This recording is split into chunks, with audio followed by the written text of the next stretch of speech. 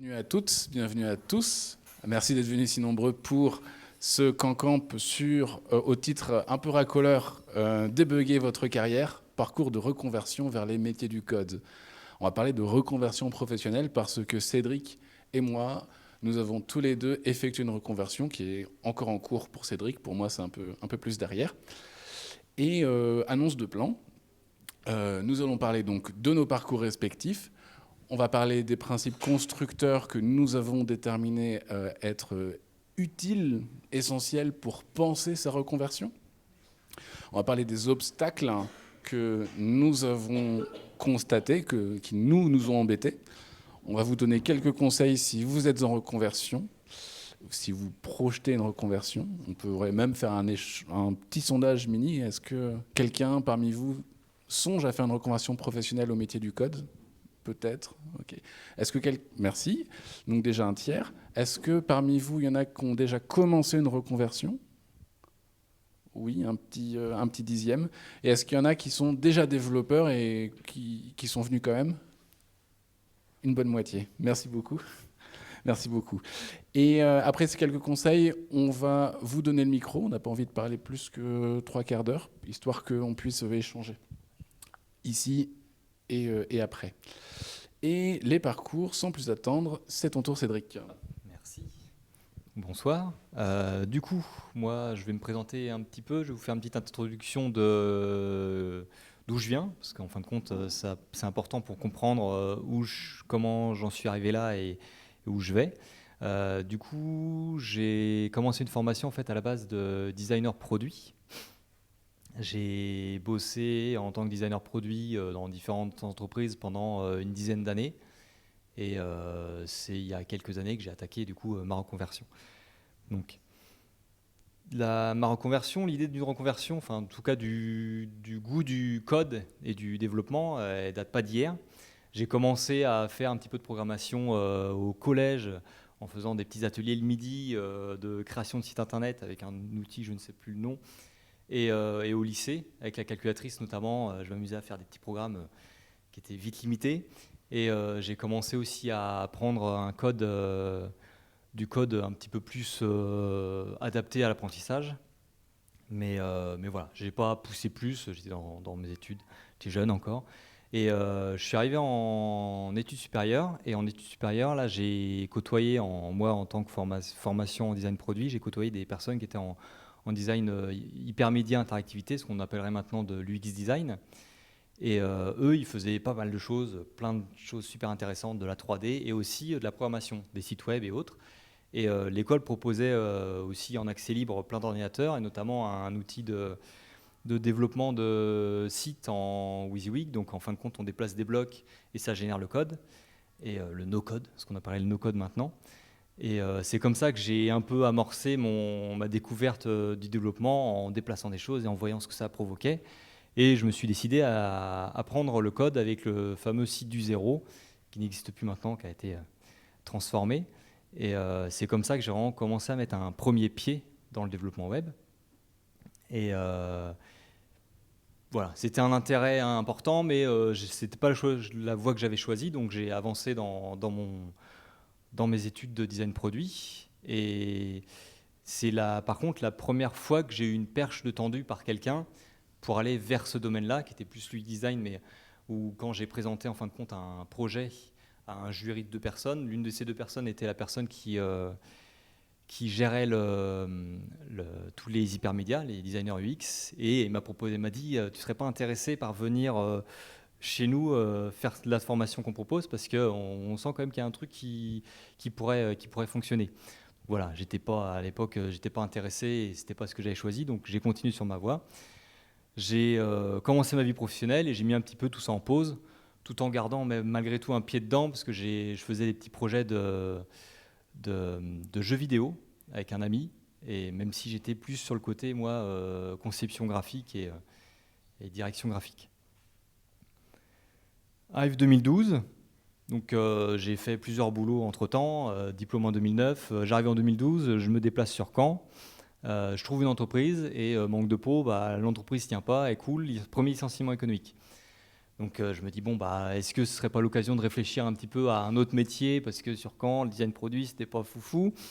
Donc je lance un petit peu une réflexion comme ça, sans trop pousser.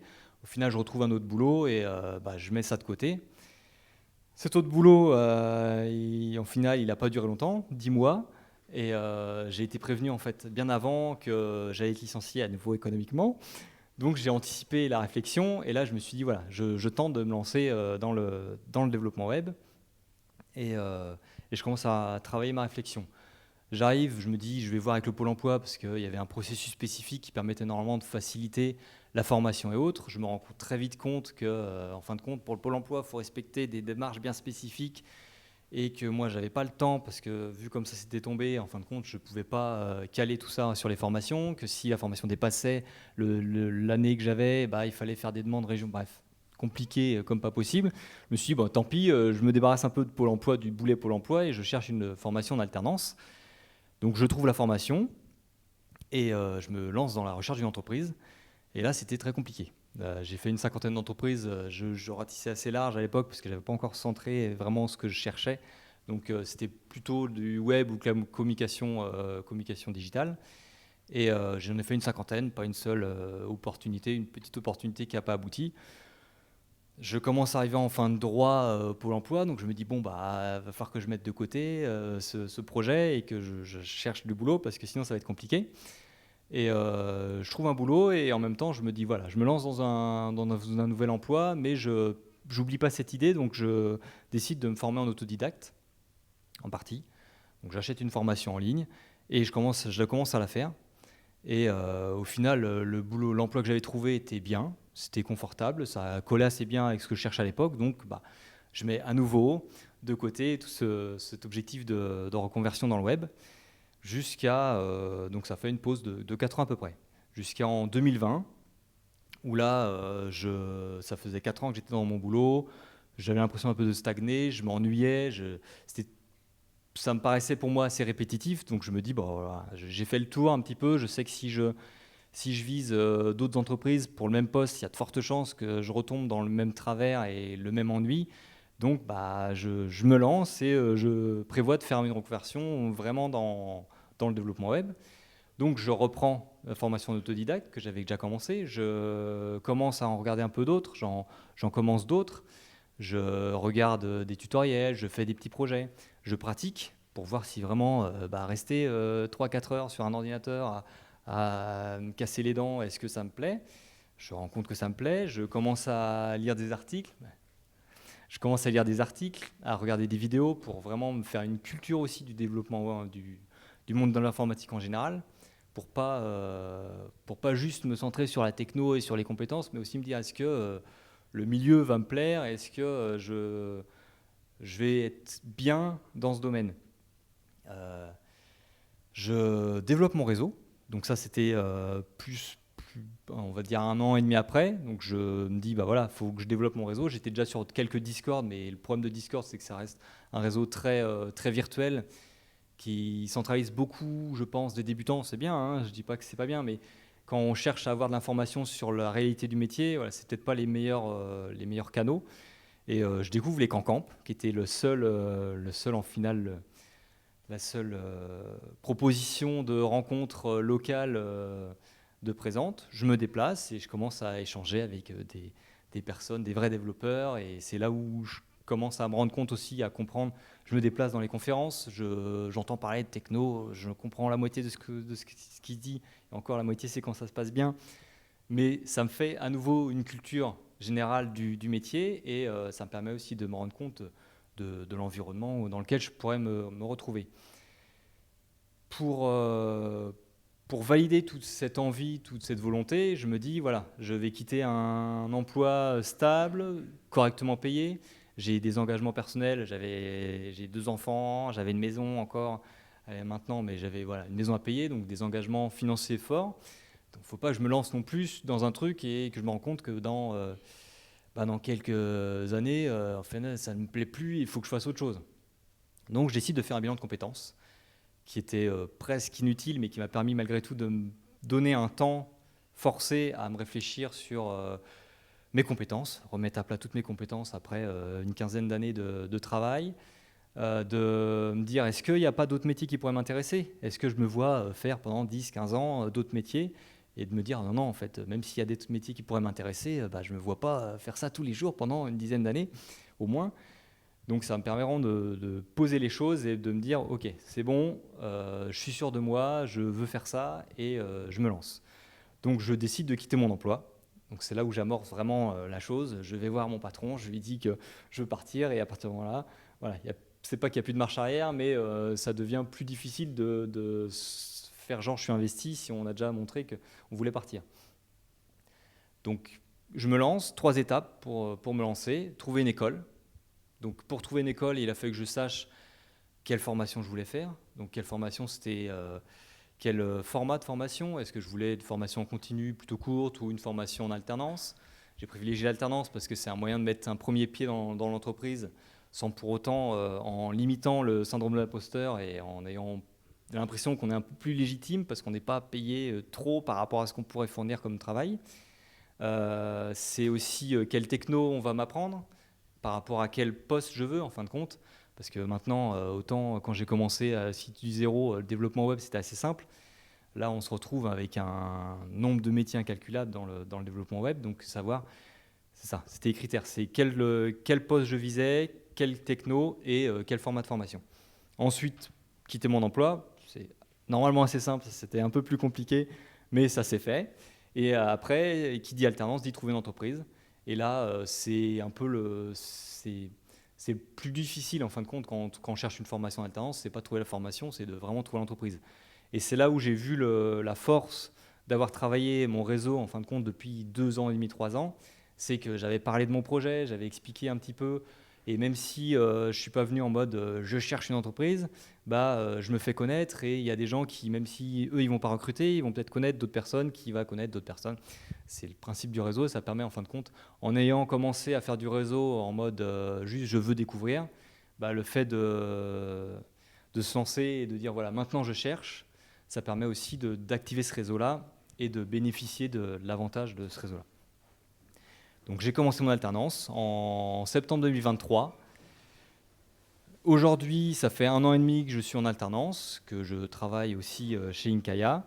Je suis toujours convaincu par ma reconversion, toujours convaincu de mon choix et je ne regrette pas du tout ce que j'ai fait. Et voilà. Maintenant, je vais laisser la parole à mon collègue Emmanuel qui va vous présenter son parcours. Merci beaucoup. Tiens, je vais me mettre ici. Hop.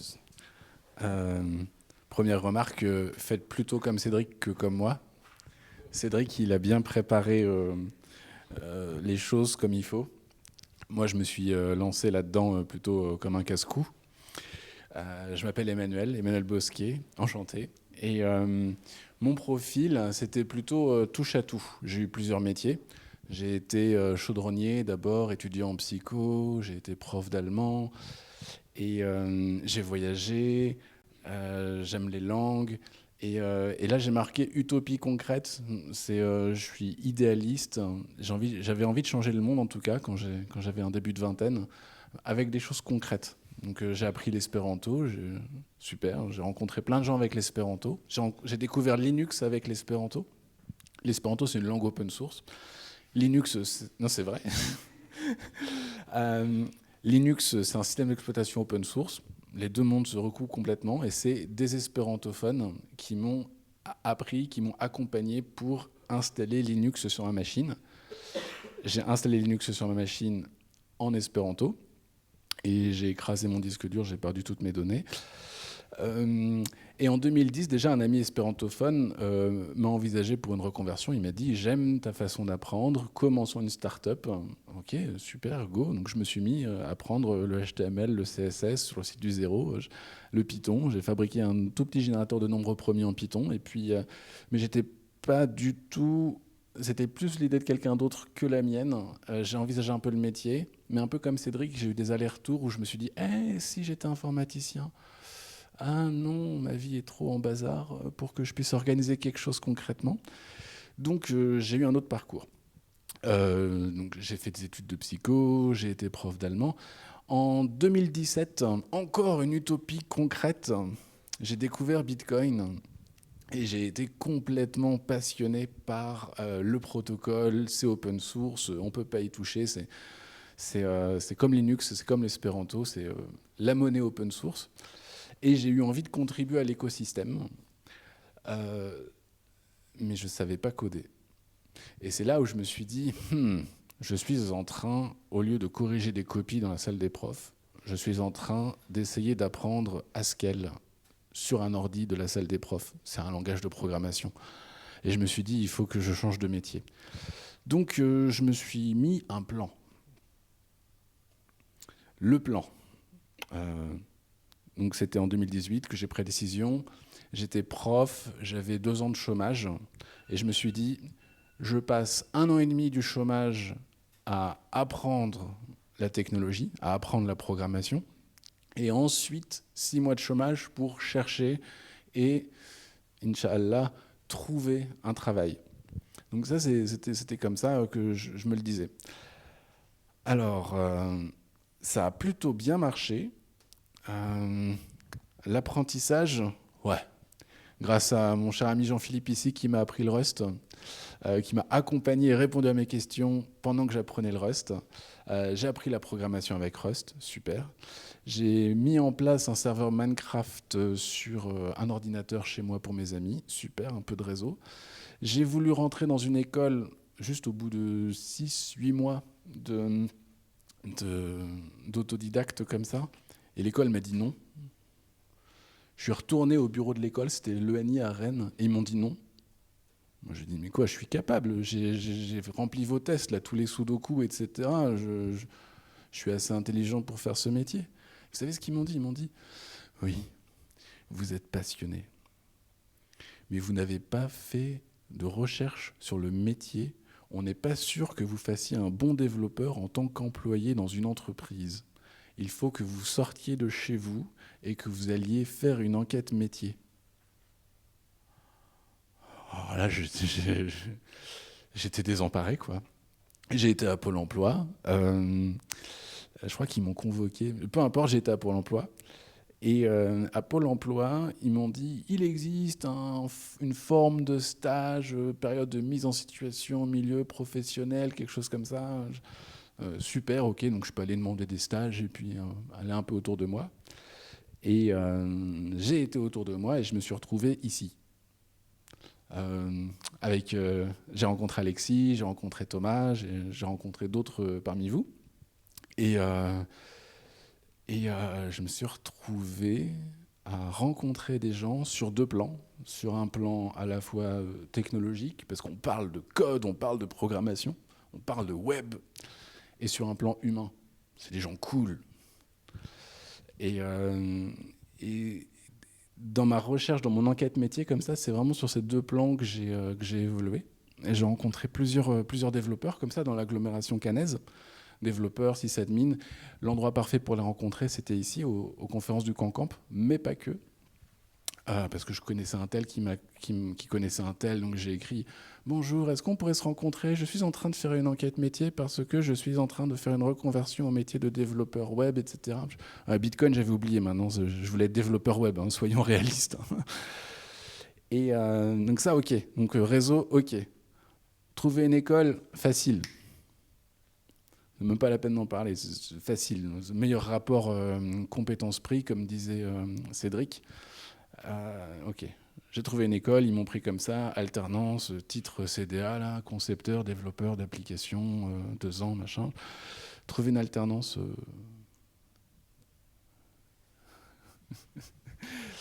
j'ai pleuré, hein, j'ai littéralement pleuré. Parce que je n'avais pas suffisamment appris ce que les entreprises attendaient chez un développeur. Les entreprises voulaient quelqu'un de jeune. Raté, j'avais plus de 29 ans. Parce que subventions, etc. Les entreprises veulent quelqu'un d'obéissant, veulent quelqu'un de normal.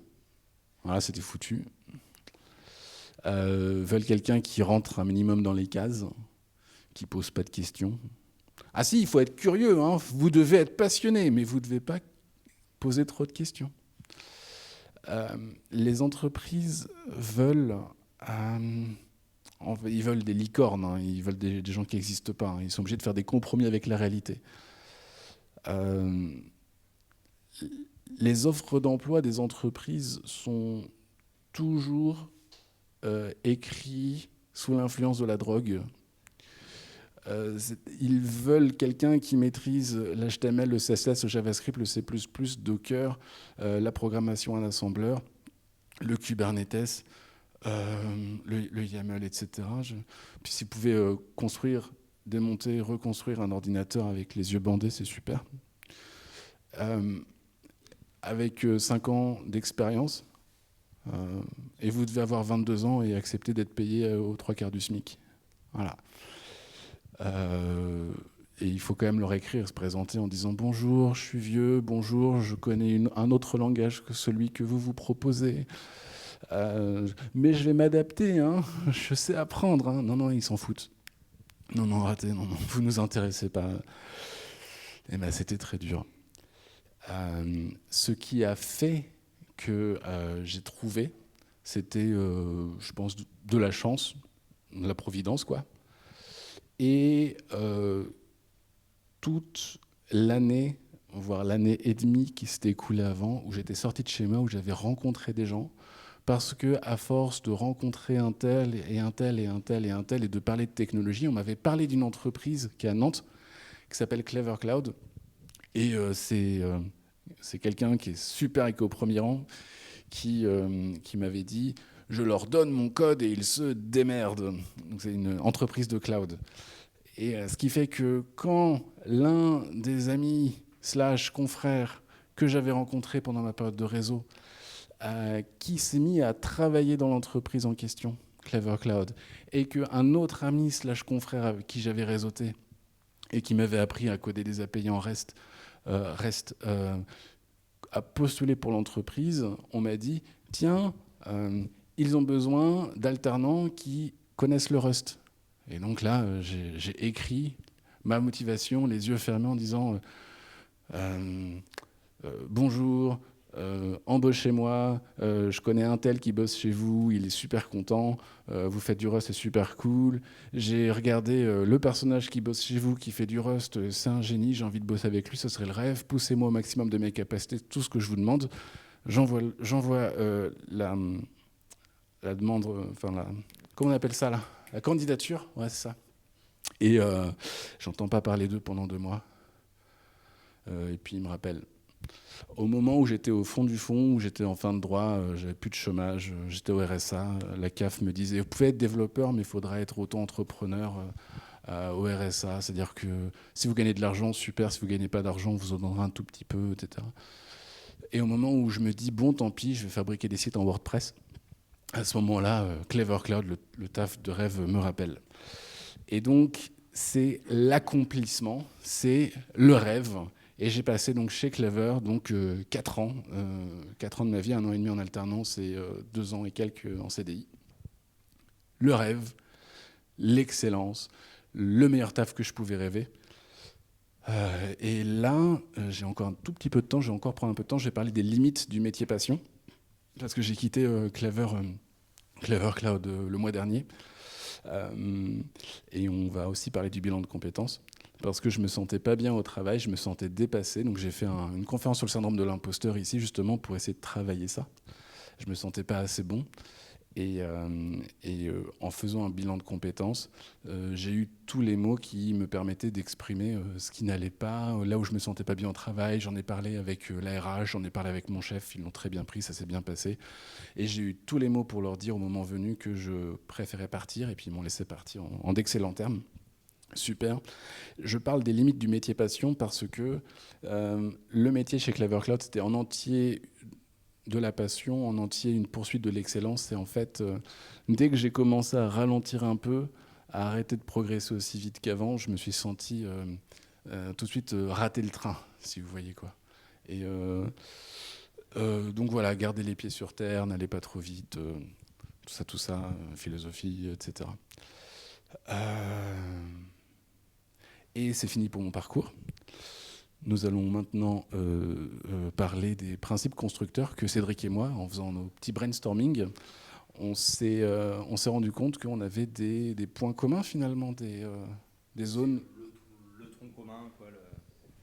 En gros, on a ressorti deux noyaux communs à nos deux parcours, qu'on a intitulé en fin de compte la double appétence techno-humain. On s'est rendu compte qu'il y avait toute une partie techno qui était importante à avoir et qu'il y avait toute une partie humaine qui a bien été dit dans le parcours d'Emmanuel, qui était importante à voir aussi, et on s'est dit que c'était la combinaison des deux qui avait fait qu'on avait réussi notre reconversion. Donc sur ces deux gros blocs, on a sorti de différents points. Donc le premier point, c'est le côté technique, premier bloc. Alors il y a un des avantages de ce métier-là, quand même du développement, c'est qu'il y a une certaine accessibilité des outils du métier. Donc pour commencer le développement, on a besoin d'un ordinateur, même pas super puissant, d'un éditeur de code. On peut même, si vraiment on a envie de se faire mal, on peut même prendre un bloc-notes et écrire dedans. Et tous ces outils-là, en fin de compte, sont gratuits, hormis l'ordinateur. Et il y a énormément de savoir et de connaissances disponibles gratuitement sur le net. Et juste avec ça, en fin de compte, on peut déjà commencer, tester, voir si on aime ce qu'on fait et se rendre compte de se dire oui, je veux aller là-dedans, ou au final, si on commence à s'énerver parce qu'on a passé 3 heures à résoudre un bug, c'est peut-être pas fait pour moi. Parce que malgré tout, ça reste un métier où en fait, on passe son temps à essayer de résoudre des problèmes. Et donc voilà, ça c'est un des points qui est vraiment important, qui est pas fondateur, mais qui permet d'amorcer cette recherche de soi dans ce domaine-là. Le deuxième point qu'on a soulevé, c'est trouver des médiums, en fin de compte, d'apprentissage, des médiums et des méthodes d'apprentissage. On est tous différents, on va tous réagir de manière différente à différents modes d'apprentissage. Je sais que moi, j'ai commencé, par exemple, avec la formation que j'avais prise au tout début, c'était des vidéos très courtes qui allaient pas en profondeur sur des sujets, mais en fin de compte, ça avait découpé un gros sujet en plein de petites vidéos. Ça m'allait très bien au début, j'ai appris plein de choses comme ça. Puis au bout d'un moment, je me suis rendu compte que j'avais atteint un niveau ou une envie qui faisait que j'avais pas envie de regarder ces vidéos de 5 minutes, parce qu'en fait, en 5 minutes, j'apprenais trop peu de choses, donc j'ai préféré basculer sur des apprentissages avec des vidéos pas beaucoup plus longues, mais beaucoup plus intenses. Et il y a, en fin de compte, il y a aussi il y a le support vidéo, il y a le support article, papier, tutoriel, papier, site web. Et du coup, voilà, c'est réussir à trouver la méthode qui nous correspond le mieux, ne pas hésiter à changer si besoin, et pour garder la motivation, en fin de compte, dans l'apprentissage, éviter de perdre en vitesse si vraiment ça nous plaît. Enfin, c'est plus mon ressenti personnel, mais on trouvait que c'était important quand même de le mettre dans les blocs principaux, c'est bien définir son projet. C'est que moi, le fait de bien définir mon projet, j'avais des engagements personnels, ça m'a permis d'être sûr de là où j'allais et de me rassurer, notamment. Donc quand on dit définir son projet, c'est pas juste je sais ce que je veux faire, c'est comment je vais me financer, est-ce que je paye la formation, est-ce que je prends une alternance, mais du coup ça veut dire que j'ai certainement une perte de salaire selon où j'en suis de ma vie personnelle, professionnelle, et donc il faut anticiper ça. Quel profil, c'est ce que je disais un peu tout à l'heure, quel profil viser, qu'est-ce que je veux faire comme métier dans tous ces métiers qui existent, et quelle formation je souhaite avoir, quel format de formation. Moi j'avais aussi pas mal d'engagements personnels, donc comment je vais articuler, est-ce que je vais me sentir capable de travailler le soir, est-ce que je vais pouvoir prendre le temps dans cette vie personnelle dense de me former aussi en complément de la formation. Donc toutes ces choses-là sont bien à prendre en compte, bien à mettre à plat, et c'est pour ça que le bilan de compétences, je sais que personnellement ça a beaucoup apporté, ça m'a permis aussi de me poser, et prendre un temps comme ça pour me fixer. Donc en miroir du côté technique, on a le côté humain qui va être présenté par Emmanuel. Oui, donc le côté humain, c'est ce qu'on est en train de faire maintenant, c'est la conférence. Rencontrer des gens du métier et les rencontrer sur un plan à la fois technique et social. On a écrit réseauter, ouais, c'est la clé du réseau. Quand on parle du réseau, on peut imaginer qu'on ne sait pas le faire ou qu'on n'a pas l'habitude de le faire, qu'il s'agit de rencontrer des gens pour trouver des opportunités.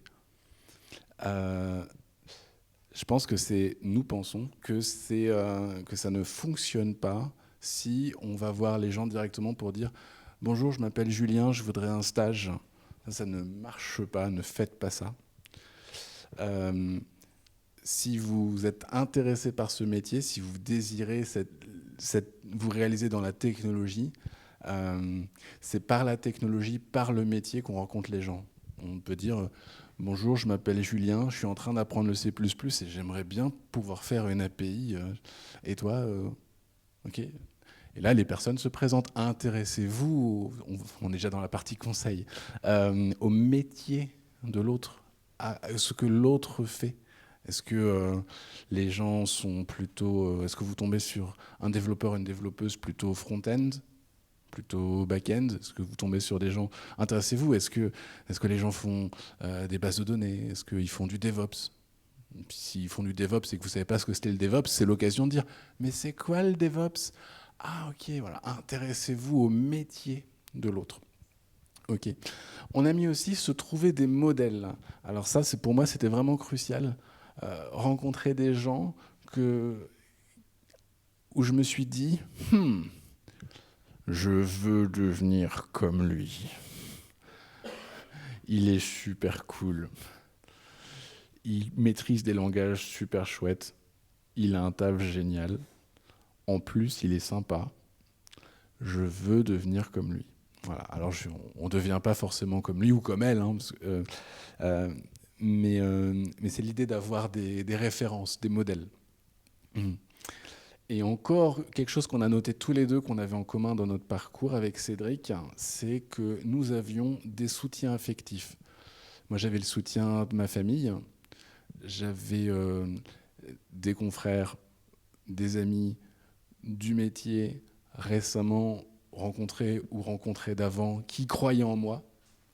Par exemple, Jean-Philippe, même quand il est là, je le prends à témoin, même quand je ne savais encore à peine coder une boucle, il m'a toujours parlé comme si j'avais le même niveau que lui, à savoir ingénieur. Donc je comprenais qu'un dixième de ce qu'il racontait, mais il me prenait comme un égal, il me considérait comme un égal. Et ça, c'est un soutien en soi.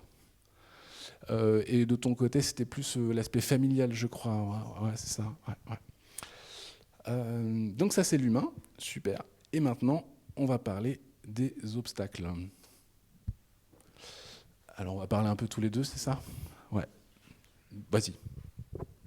Donc on a identifié plusieurs obstacles aussi, malgré tout, aux reconversions, au parcours de reconversion. L'image est assez représentative. C'est un parcours. C'est pas un parcours du combattant parce que voilà, si on fait les choses, j'allais pas dire bien, mais si on prépare bien les choses pour nous, normalement il n'y a pas de raison que ce soit un parcours du combattant, peut-être, sauf juste la partie recherche d'entreprise quand on fait une alternance. C'est toujours compliqué ça. L'un des obstacles qu'on a noté, c'est l'état du marché en 2025. Donc en fin de compte, il faut prendre conscience qu'on aura beau faire tout bien, on aura beau être bien formé, même si on veut faire une formation, qu'on a déjà un bon niveau et autres, il y a plusieurs éléments qui sont indépendants de nous, et on aura beau faire ce qu'on veut, battre des mains, ça ne changera rien. Le marché, il y a 3-4 ans, et le marché de maintenant est plus du tout le même. Il y a 3-4 ans, il y avait un besoin, avec la folie Covid, on va dire aussi. Il y a eu énormément de recrutement, on formait énormément de devs juniors. Et là, ça s'est tassé, ça revient plus à un niveau qui est plus cohérent, je crois. C'est mon analyse en tout cas. Et du coup, on se retrouve avec des devs juniors qui ont été formés pendant 3-4 ans, qui sont sur le marché, qui cherchent aussi.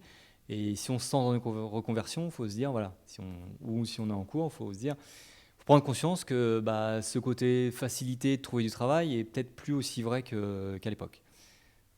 C'est un des obstacles importants à garder en tête. Et après, si on a envie, il ne faut pas s'arrêter à ça, mais il faut limiter les désillusions. On va en parler dans 2 points. On a noté aussi la discrimination.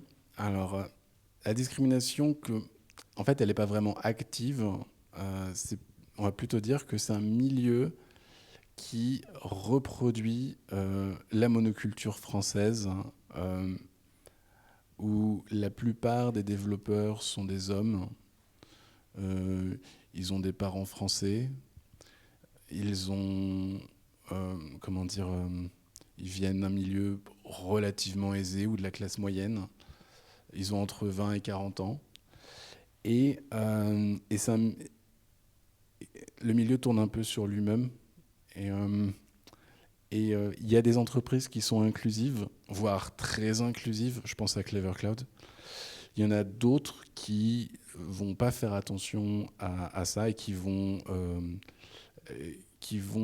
moins bien traiter les femmes. J'ai vu ça. J'ai eu une amie alternante qui a galéré en vertu de son sexe. Et donc ça, c'est... En fait, nous, on s'en rend pas forcément compte parce qu'on est tous les deux des mecs, on est tous les deux blancs, super youpi. Donc on peut pas forcément témoigner. Mais c'est, comme partout malheureusement, un obstacle à prendre en compte. Troisième point qu'on a noté, c'est les désillusions. Donc il y a plusieurs points qui peuvent provoquer des désillusions. Notamment avec le métier, au final, quand la passion passe, le métier il correspond peut-être plus à ce qu'on avait imaginé, à ce dans quoi on se projetait. Il y a le côté les écoles. Les écoles, c'est une belle désillusion.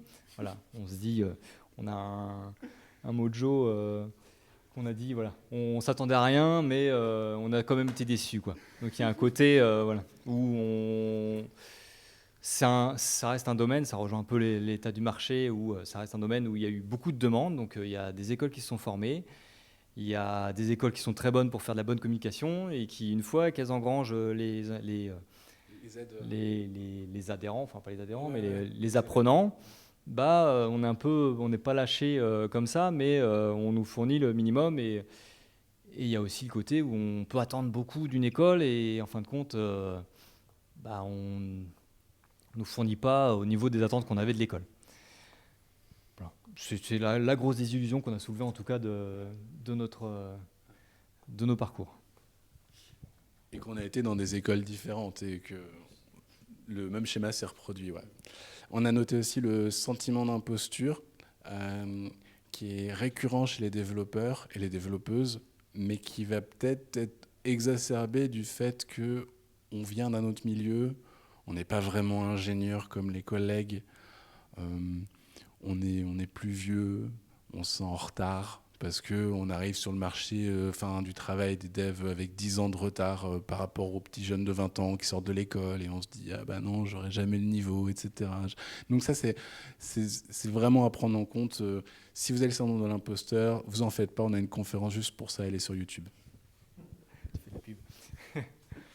Et enfin, dernier point dans les obstacles, c'est les contraintes personnelles. Donc là, pareil, je parle plus pour mon vécu que le vécu d'Emmanuel. Des fois, on a des engagements privés, financiers, et ça à prendre en compte et ça peut empêcher. Moi, les étoiles se sont alignées, les planètes se sont alignées, donc j'ai pu en profiter et j'ai sauté sur l'occasion, mais c'est pas toujours le cas et il faut bien prendre conscience que des fois, on a beau avoir envie, on ne peut pas toujours se le permettre. Maintenant, on va finir avec quelques conseils pour finir sur une note un peu plus positive, parce que voilà. Donc encore une fois, on le répète beaucoup, on parle de l'humain, on parle du réseau, c'est oser prendre contact avec les gens. Si vous êtes venu là ce soir, vous êtes sorti de chez vous, c'est déjà super cool, bravo. Remerciez-vous, félicitez-vous, continuez. Oser prendre contact avec les gens, comment ? Il y a un côté, en fait, le mot important aussi, c'est oser. Voilà, moi je sais que, petite anecdote personnelle, j'écoutais des podcasts sur le dev en général, et à un moment j'écoute un podcast, j'aime beaucoup ce que l'invité dit, je lui dis tiens, je vais lui envoyer un message sur LinkedIn, donc je le trouve sur LinkedIn, je lui envoie un message, et je me suis retrouvé à faire un petit visio avec lui pendant 30 minutes.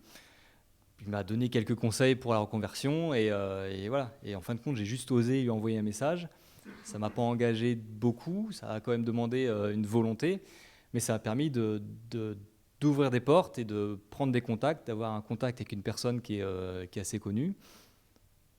Et du coup, là, il faut oser, il faut venir ici, il ne faut pas avoir peur des gens en face, et il faut parler. Voilà. Il faut être bavard aussi un petit peu. Mais... Je continue, j'enchaîne. Comme tu l'as soulevé aussi tout à l'heure, c'est si possible réaliser un bilan de compétences. C'est vrai que ça a permis, moi, ça m'a apporté malgré tout, malgré qu'à la fin du bilan de compétences, en fait, on aurait pu croire que j'avais pas beaucoup avancé par rapport à avant, parce que ça m'a confirmé vraiment dans ce que je voulais faire. Ça m'a permis juste pour pouvoir mettre à plat en fin de compte les compétences quand on a travaillé depuis 5-10 ans dans un métier toujours un peu le même et qu'on se dit bah j'ai rien à vendre en fin de compte, ce que je faisais c'était quand même très spécifique à l'entreprise. Je me vois pas vendre ce que je faisais dans une autre entreprise sachant que bah c'était très spécifique et on prend le temps de se poser, de se mettre à plat et de se dire voilà, qu'est-ce que je faisais sur ma journée? Ah bah oui, en fin de compte, je sais faire ça, je sais faire ça. Faut pas tout garder parce que tout n'est pas vendable, on va dire. Mais ça permet de se poser, de prendre un temps, se forcer à prendre un temps. C'est une fois par semaine, enfin une fois tous les 2-3 semaines, et c'est 1 heure et demie. Donc pendant 1 heure et demie, ben, on n'a pas le choix, on doit penser à ça, et on n'a pas les contraintes de la vie courante qui viennent nous... Je voulais en dire un mot aussi. Ouais, Ouais. Au sujet du bilan de compétences, parce que, ouais, t'inquiète, je suis en plein dedans. En fait, je suis en train de finir un bilan de compétences parce que je le disais tout à l'heure, c'est rencontrer, donc c'est toujours avec un ou une psychologue du travail. C'est finançable par le compte pour la formation professionnelle. Ça, 2 000 € à peu près, la plupart du temps. Et c'est 24 heures de rendez-vous avec un professionnel. Donc, ouais, pour moi, c'est 24. Ouais, ouais. Et moi, ce que je découvre là-dedans, c'est qu'il y a toute une partie, ok, on passe des tests un peu de personnalité, des tests cognitifs. Est-ce qu'on est plutôt verbal? Est-ce qu'on est plutôt logique? Est-ce qu'on aime le relationnel? Oui, non, peut-être, pourquoi pas. Et moi, ce que j'aime beaucoup là-dedans, c'est de rencontrer quelqu'un qui a vu tout un tas de parcours, qui a une expérience, qui a l'habitude de voir des gens en pleine transformation ou voire en pleine crise professionnelle et qui est capable en tout cas pour moi, d'apporter un discernement, d'apporter, pas de donner des réponses, mais de venir aiguiller un peu la réflexion. C'est une personne qui est extérieure, que ce soit extérieure au domaine, extérieure à notre cercle privé. Donc elle a vraiment un œil et un regard qui est complètement neutre et qui est juste professionnel sur son métier à elle. Et donc elle va faire ressortir les choses qu'on n'aura pas pu voir ni avec notre entourage personnel, ni avec notre entourage professionnel, parce qu'elle elle est indépendante de toute influence, de toutes ces influences-là. Voilà. Troisième point, c'était garder ses valeurs. Donc on peut vouloir, pour absolument atteindre notre objectif, se dire bah, je mets de côté certaines valeurs parce que je me rends compte que ça va être compliqué d'obtenir ce que je veux si je suis trop rigide sur certaines choses. On trouve que c'est important malgré tout de garder ses valeurs parce qu'en fin de compte, on va transmettre, on va rayonner, la spiritualité, on va rayonner sur des choses qui vont attirer très certainement des personnes qui vont sentir, qui vont apporter une réponse à ces rayonnements. Et c'est là où on va pouvoir créer un réseau et un cercle qui va correspondre à ce qu'on recherche. Et donc on va tendre, en fin de compte, en restant sur nos positions, on pourra tendre vers ce quoi on cherche. Alors j'ai repensé à un exemple concret du coup, et j'y ai repensé seulement hier, je crois. C'est que j'avais mis sur mon CV que j'étais passionné par Bitcoin, les crypto-monnaies, les algorithmes de consensus décentralisés. Et il y a des gens, soit pendant que je cherchais du travail, soit après, qui sont venus vers moi pour me proposer des opportunités qui ne correspondent pas à mes valeurs.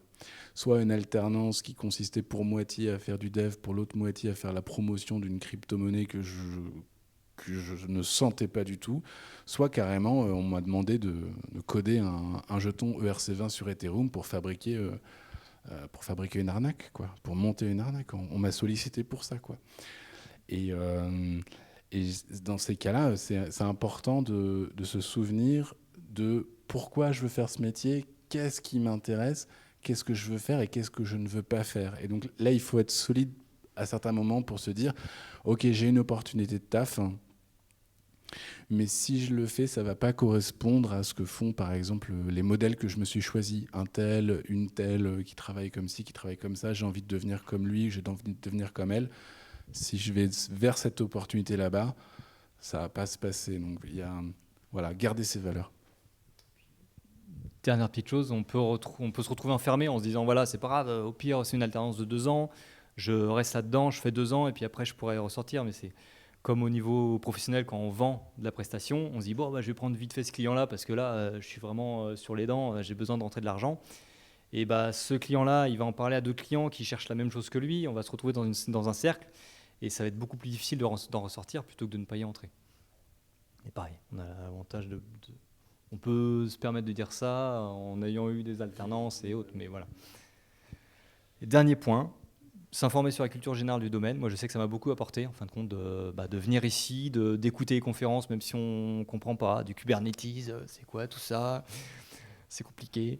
Et écouter, lire des articles, ça permet en fin de compte d'avoir une culture. Et du coup, dans le contact avec les professionnels ou avec les personnes du milieu, bah, on peut avoir un vrai échange parce que même si on ne comprend pas tout, même s'ils sont prêts à nous expliquer des choses, on a quand même des notions qui permettent de ne pas se sentir trop à l'ouest. Et en plus, ça permet de réduire un peu le syndrome de l'imposteur parce qu'on a une mini légitimité qui nous aide à être plus à l'aise. Oui, je pense à un dernier truc. Vous voyez que dans les conseils et partout, on n'a certainement pas dit commencer par le C++ ou commencer par le HTML, etc. Toutes ces dimensions-là technologiques, c'est secondaire finalement par rapport à tout l'aspect constructif et principe qu'on a listé. Moi, je pensais juste à ça. Et avec ça, c'est à vous. On a un micro qu'on va pouvoir passer dans le public. Si vous avez des questions ou des témoignages, des choses comme ça.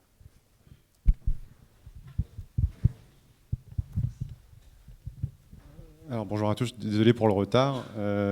Du coup, je suis très content de la conférence, effectivement, des éléments que vous avez pu mettre en avant. Alors moi, c'est une question et un témoignage en même temps. Je suis venu parce qu'en fait, j'ai déjà fait une reconversion. En fait, assez mal passé. C'est-à-dire qu'au niveau de la montée en compétences, donc moi, j'ai été formé sur du Java Spring, en fait, en POI. Donc la POI, pour expliquer très rapidement, c'est une entreprise du type ESN, donc une entreprise qui fait de l'informatique et les ESN, c'est un peu les démons en fait dans le secteur. En fait, c'est là où on envoie tous les jeunes développeurs.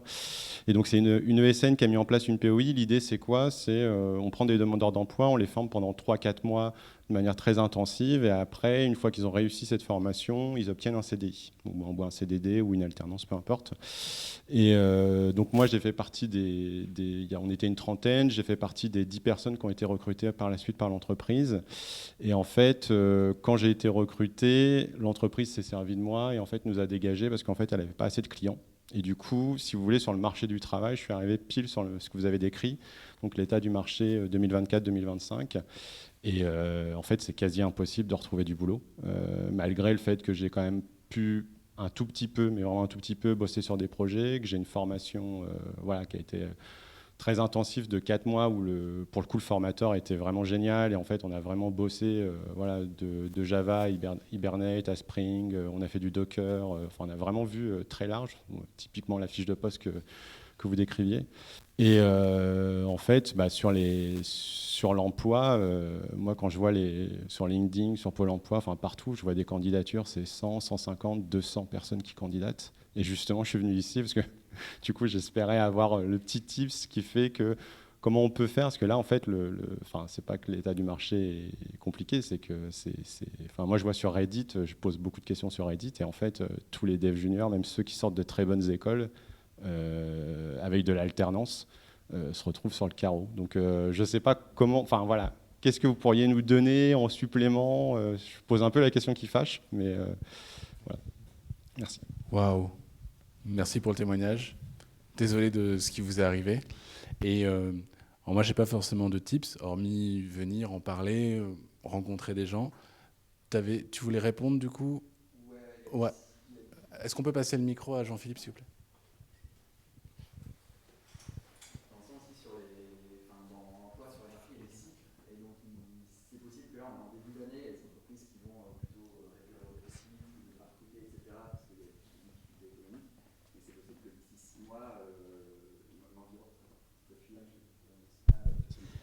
Donc je disais oui, il y a des cycles au niveau économique, donc il y a des moments, il y a des entreprises qui vont réduire leurs effectifs, etc. Et c'est possible que d'ici 6 mois ou un an, il y ait des choses qui se débloquent en fait. Donc En fait, c'est pas parce qu'à un moment ça se passe pas bien que dans les mois qui viennent, la situation va pas évoluer selon l'évolution. Quels seraient les signes un peu comment on peut, je sais que c'est un peu une question un peu, mais comment on peut essayer de sentir Ça va dépendre du secteur visé, ça va dépendre. C'est vrai que là, j'ai pas d'infos par contre, mais après, il faut rester à l'affût des offres, des choses qui peuvent. Je pense que du coup, c'est là aussi que c'est. On va en revenir au réseau. Réseauter, ouais. C'est ça. C'est là où c'est important en fait de continuer à se faire connaître et d'avoir des gens qui savent notre situation, ce qu'on peut rechercher, parce que c'est comme moi quand après avoir réseauté pendant 2 ans et demi, j'ai vraiment cherché une entreprise pour faire une alternance. Attends, je connais quelqu'un, tiens, j'ai un contact, je crois qu'il cherche, même si ça aboutit pas après derrière. Ça permet quand même de faire une amorce, de retourner voir, de rester dans la dynamique aussi de rechercher du boulot, parce qu'une fois qu'on en sort, on peut vite se perdre. Et après, oui, après ce qui est compliqué, c'est ça. Il n'y a pas de formule magique pour se dire, oh, ça y est, c'est en train de repartir. Je pense que si ça repart, les opportunités passent d'abord dans le réseau avant d'être publiques. Aussi, oui. Donc, Et la question aussi, c'est est-ce que vous avez toujours envie d'être développeur ? Ouais. Et quel genre de développeur ? Est-ce que c'est vraiment back-end, Java, Spring, ou est-ce que ça va être... En fait, on a été formé sur... C'était très intensif sur le back-end, enfin sur le back. Donc on est passé par du Java, et le Java, du coup, c'était une porte d'entrée très facile parce que c'est très typé. Ça permet vraiment... Enfin, moi, j'avais un petit peu programmé sur du JavaScript. En fait, quand je suis passé à Java, j'ai découvert que d'avoir quelque chose de très strict, de bien... Enfin, puis le paradigme orienté objet avec les classes, moi, ça m'a beaucoup plu. Ouais. Et du coup, par la suite, moi, je me suis dit, je veux rester sur du back. Du coup, je me suis mis à Go. Ouais. Je commence Rust. Mais du coup, là, je suis dans mon métier, donc je suis toujours dans le numérique, mais pas dans le dev. Je suis dans la partie chargée de projet, donc pas du tout dans le dev. Ah ouais. C'est quand même un pied dans le milieu. Alors, pas forcément, parce que je suis côté client. Et en fait, il y a quand même beaucoup de... Et je suis dans le public en plus, donc il y a beaucoup de couches, d'abstraction, exactement. Entre la partie qui décide et la partie qui exécute. Je suis une API très très loin. Non, mais vous continuez à apprendre. Vous continuez à avoir cette appétence qui fait que même si le milieu vous a rejeté, vous avez quand même cette envie d'apprendre, vous appréciez la technologie, ou je peux dire tu parce que ça fait bizarre. Oui, on peut se tutoyer. Tu as quand même cette espèce d'envie d'aller écrire des classes, d'aller compiler, d'aller voir si les endpoints fonctionnent bien, si la BDD est bien connectée, etc. Quoi. Ouais, moi je continue à faire du CRUD. Là, je vais un peu plus loin. Alors sur Go, par exemple, là je m'intéresse beaucoup à la containerisation sur Go. Donc j'ai vu qu'on pouvait aller prendre les librairies Docker, qu'on pouvait faire du LXC directement dans Go. Super attitude. Continue. Mais du coup, continue. C'est très. Enfin, moi, après, je veux pas. C'est vrai que j'ai été un peu désillusionné par rapport aux attentes des employeurs et par rapport aussi, il y a quelque chose que j'ai du mal à passer, c'est les tests techniques, quoi. C'est-à-dire qu'un employeur qui va me demander une review de code, en fait, je pourrais à peu près, discuter avec lui, voir avec lui en fait sur la review. Mais dès qu'on va passer sur des tests techniques, en fait, du coding game, etc., avec des, enfin, moi j'ai eu des trucs, c'était genre une réponse, fallait la donner en 2 secondes. Enfin, Est-ce que quelqu'un veut parler, Est-ce que quelqu'un veut parler des tests techniques? Est-ce que quelqu'un est professionnel Oui. Jean, tu veux en parler? Non. Jean-Philippe, tu veux en parler? Attends, il faut pousser le bouton jusque... Voilà. Je fais pas mal de lead code et je sais que essayer de s'entraîner juste à faire du lead code, même si tu n'y arrives pas et que tu regardes la correction et que tu réussis à comprendre la correction, ça t'aide quand même à progresser sur les tests techniques. Mais c'est quoi du lead code? C'est comme coding game, mais ça permet... C'est en gros, tu as un problème. Tu as un problème et tu dois apporter une solution, soit en Scala, soit en Java, soit en Python. Des exercices de code, quoi. C'est ça, exactement. Ouais. Après, c'est quelque chose qui reflète pas du tout un niveau. Hein. C'est très... il suffit que tu t'entraînes, t'en fais beaucoup, mais ça veut pas du tout dire que tu es très fort ou que tu es nul. c'est juste. Tu veux C'est ça. Thomas. Exactement. Ouais.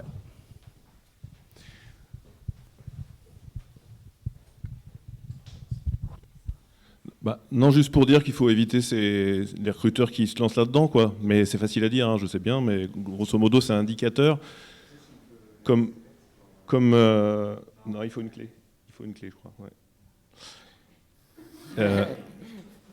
Comme Cédric et Emmanuel disaient, il y a plusieurs types d'employeurs, il y a plusieurs types de valeurs dans le métier. Il y a vraiment, voilà. Et là, on voit bien que le métier s'est transformé ces 5-10 dernières années, et que ça fait même plus longtemps que ça, mais c'est vrai qu'il fut un temps, on cherchait des ingénieurs à tout prix, des gens qui avaient 5 ans de formation, avec beaucoup de théorie, une vision assez globale, assez large, etc. Puis tout à coup, c'était plus nécessaire. Donc c'est vrai, il y a eu on a mis en place des processus de recrutement et surtout de formation.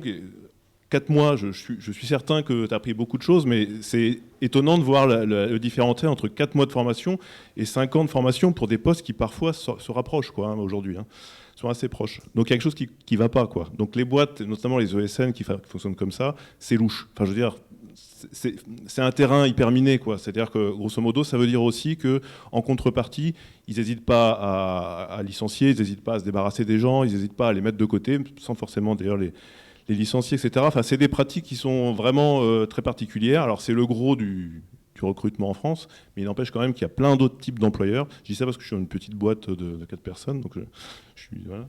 Mais je veux dire, grosso modo, c'est important aussi de cibler le métier, comme ils ont dit, mais aussi le métier où, quoi, avec qui, avec quel type de personnes.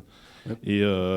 Et probablement que c'était un bon tremplin, hein, dans ce cas-là. Je dis pas, il n'y a peut-être pas d'autres possibilités pour démarrer vite. Simplement, peut-être chercher de quel type de techno, de quel type d'approche ont besoin les boîtes qui ne fonctionnent pas pareil, et puis s'orienter vraiment là-dessus plutôt, et sortir peut-être du schéma ESN. C'est facile à dire, encore une fois, mais voilà. Ouais, parce que moi je pense qu'il y a plusieurs formes de recruteurs. Ceux qui font des tests techniques, en fait, c'est peut-être facile, tu sais, vu que j'ai déjà le métier, j'ai déjà de l'expérience, tu vois, j'en sais rien, je vais peut-être y être confronté un jour. Il y a des employeurs qui ne font pas ce genre de test, ou alors qui le font beaucoup mieux. Je pense à Clever Cloud, là où j'étais, où dans la team front-end, le responsable de la team front-end, donc Hubert Sablonnière, il en a fait tout un projet, son recrutement. Il a fait en sorte de fabriquer des offres d'emploi avec un langage inclusif, de retenir un certain nombre de candidatures, de leur donner des exercices, de leur faire des retours systématiquement. Il nous a fait une conférence en interne pour nous expliquer comment il avait fait. Il avait vraiment réfléchi ça. Et nous, en tant que dev, ça nous parlait, quoi. Et je pense que tu peux aussi te permettre, alors peut-être de fonctionner un peu à l'envers, plutôt que de dire qui voudrait bien me prendre, de dire pour qui est-ce que j'ai envie de travailler, et aller voir eux comment ils recrutent. Le patron de mon ancienne boîte, enfin de Clever Cloud, il avait dit: je ne veux pas de candidature en poisson pané avec une lettre de motivation et puis un CV, juste mettez votre CV en ligne et puis pointez ce qui ne va pas dans la boîte et dites comment vous voulez le solutionner. Et puis il y a d'autres gens qui vont fonctionner par le réseau, quoi. Il y a des gens qui embauchent, qui se font embaucher juste parce qu'ils connaissent un tel, et puis à la fin la candidature, c'est un CV vite fait envoyé par mail, histoire d'officialiser le truc, quoi, tu vois. Ouais. Donc être exigeant aussi, après c'est facile pour moi de dire ça. On a une question ici. Je travaille dans une entreprise, on pourrait dire ESN, parce qu'on a plein de clients différents. Mais par exemple, nous, on ne fait pas des tests techniques pour les CDI, parce qu'on considère qu'il y a la période d'essai pour voir est-ce qu'en fait ça match. Et c'était revenu souvent, parce que parfois on peut vraiment, pendant l'entretien, se tromper sur le niveau. Et après, humainement, c'est quand même difficile de se séparer de quelqu'un pendant la période d'essai. Mais on est resté comme ça, et ça fait 10 ans que je bosse dans la boîte. Et on a d'abord notre chef qui fait l'entretien, et ensuite on est plusieurs de l'entreprise, plusieurs postes et différents postes qui font l'entretien, et souvent on sent si ça match ou pas, même au niveau technique. Par contre, on a mis en place des tests techniques pour les alternants, Donc, c'est des tests sur GitHub. Et ça permet quand même de voir le niveau et adapter, du coup, savoir est-ce que nous, on est capable d'accompagner la personne. Parce que quand le niveau est trop bas, même pour nous, c'est difficile, en fait, de faire monter la personne en compétence. Et aussi, il faut que ça colle avec le web, finalement. Donc, c'est... on est une petite boîte, on est une trentaine, mais apparemment, je peux te donner un conseil, c'est essayer de mettre ton code sur GitHub, parce que, par exemple, nous, on regarde sur GitHub, est-ce que tu étais déjà actif, est-ce que tu as déjà fait des choses. Donc, en fait, c'est quand même un bon réseau, GitHub. Je dirais, si tu as du code ou même des trucs qui peuvent être utiles, genre tu te développes des petits outils pour toi, etc., publie-les en open source s'il y a des besoins, ou des petites bibliothèques, même si c'est une bibliothèque qui ne fait pas grand-chose. Ça permet de montrer quand même que tu fais des choses, etc., derrière que ça peut être utilisé, et puis ça permet aussi à des futurs employeurs de voir un peu la qualité du code que tu fais, de la documentation aussi. Donc voilà, après ça dépend de l'environnement, mais je sais que moi j'aime bien regarder la documentation, par exemple, parce que c'est...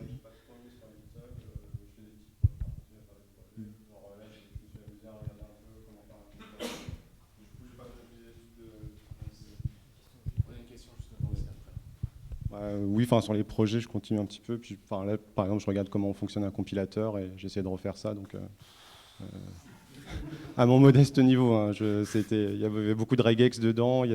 C'était plus, pas un compilateur, plus un interpréteur qu'un compilateur en fait, en réalité. Voilà. Bonjour, je suis un peu malade, c'est pour ça qu'on voit un peu. Juste concernant les entretiens techniques, comme a dit LeetCode, c'est très important pour permettre de développer les compétences pour résoudre des problèmes algorithmiques. Et ça donne une idée c'est quoi les méthodes que tu utilises et comment tu penses, que tu réfléchis à résoudre un problème. Et il y a aussi, ça permet de monter en compétences avec des petits pas. Comme par exemple aussi, il y a une plateforme française, c'est IOI France. Ça vraiment commence depuis le début, même si tu connais rien en programmation. Et ça te permet de développer des petits algorithmes je pense que ça, c'est très intéressant. Et aussi, il y a les grandes entreprises comme Google, par exemple, ils utilisent ce genre de tests techniques. Et aussi de participer à de la programmation compétitive. Il y a des sites où on peut... Par exemple, il y a un créneau et tu dois respecter la complexité, une certaine complexité dans le code, la mémoire et tout ça. Et une autre chose, c'est que, par exemple, une forme d'entretien technique que j'ai appréciée, j'avais un entretien, par exemple, ils m'ont donné un programme, un problème que je dois résoudre à la maison. Après, j'avais un autre entretien avec la personne, je dois discuter avec pour savoir comment j'ai réfléchi, comment j'ai fait ça, comment je dois améliorer ma solution. Et ça, j'ai bien aimé parce que j'avais le temps de le faire moi-même, sans stress, oui. Et après, en live, j'ai juste discuté avec eux, s'il y avait d'autres manières de faire. Et je pense que ça, c'est bien. Ouais. Derrière. Vous m'entendez ? Oui. Bon, alors désolé, je pars sur un autre sujet que les tests techniques. Vous avez beaucoup parlé de bilan de compétences, notamment sur ces compétences-là. Est-ce que des compétences de votre ancienne carrière, ancienne vie, sont réutilisables aujourd'hui dans le métier de développeur ? On a, je crois que c'est Emmanuel, vous êtes évidemment un très bon communicant. Et ce qui est nécessaire pour être un très bon développeur, je pense, et ce qui manque beaucoup au métier. Et typiquement, voilà, est-ce qu'on peut faire passer des compétences de son ancienne vie à sa nouvelle ? Est-ce que vous auriez des retours ? En le disant là juste vite fait, par rapport à la question, déjà le savoir-être en entreprise. Déjà juste ça, en fin de compte, quand on a travaillé 10 ans en entreprise vis-à-vis d'une personne qui sort de l'école, en fin de compte, on a déjà ça à vendre. Le fait de savoir être en autonomie, on nous donne un boulot à faire, on ne va pas être là à attendre dès qu'on a fini de bosser, dès qu'on a fini de faire le petit truc, j'ai plus rien à faire, j'attends que ça se passe. Donc il y a toute une démarche en fin de compte généralement qu'on peut avoir déjà quand on est jeune, mais qu'on acquiert une posture, un savoir-être dans l'entreprise qui se vend en fin de compte.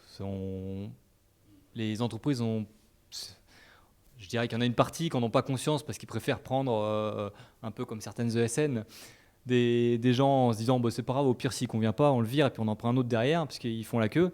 Et il y en a d'autres qui se disent voilà, je vais prendre plutôt une personne un peu plus pas expérimentée dans le domaine, mais expérimentée dans la vie professionnelle, parce que je sais que de base, de toute façon, je vais gagner du temps. Il y a la façon de communiquer, rédiger, toutes ces choses-là, en fin de compte, qui sont des choses qu'on fait tout le temps, qu'on n'a pas l'impression qu'on peut valoriser. Mais si dans notre ancien boulot, on passait son temps à faire...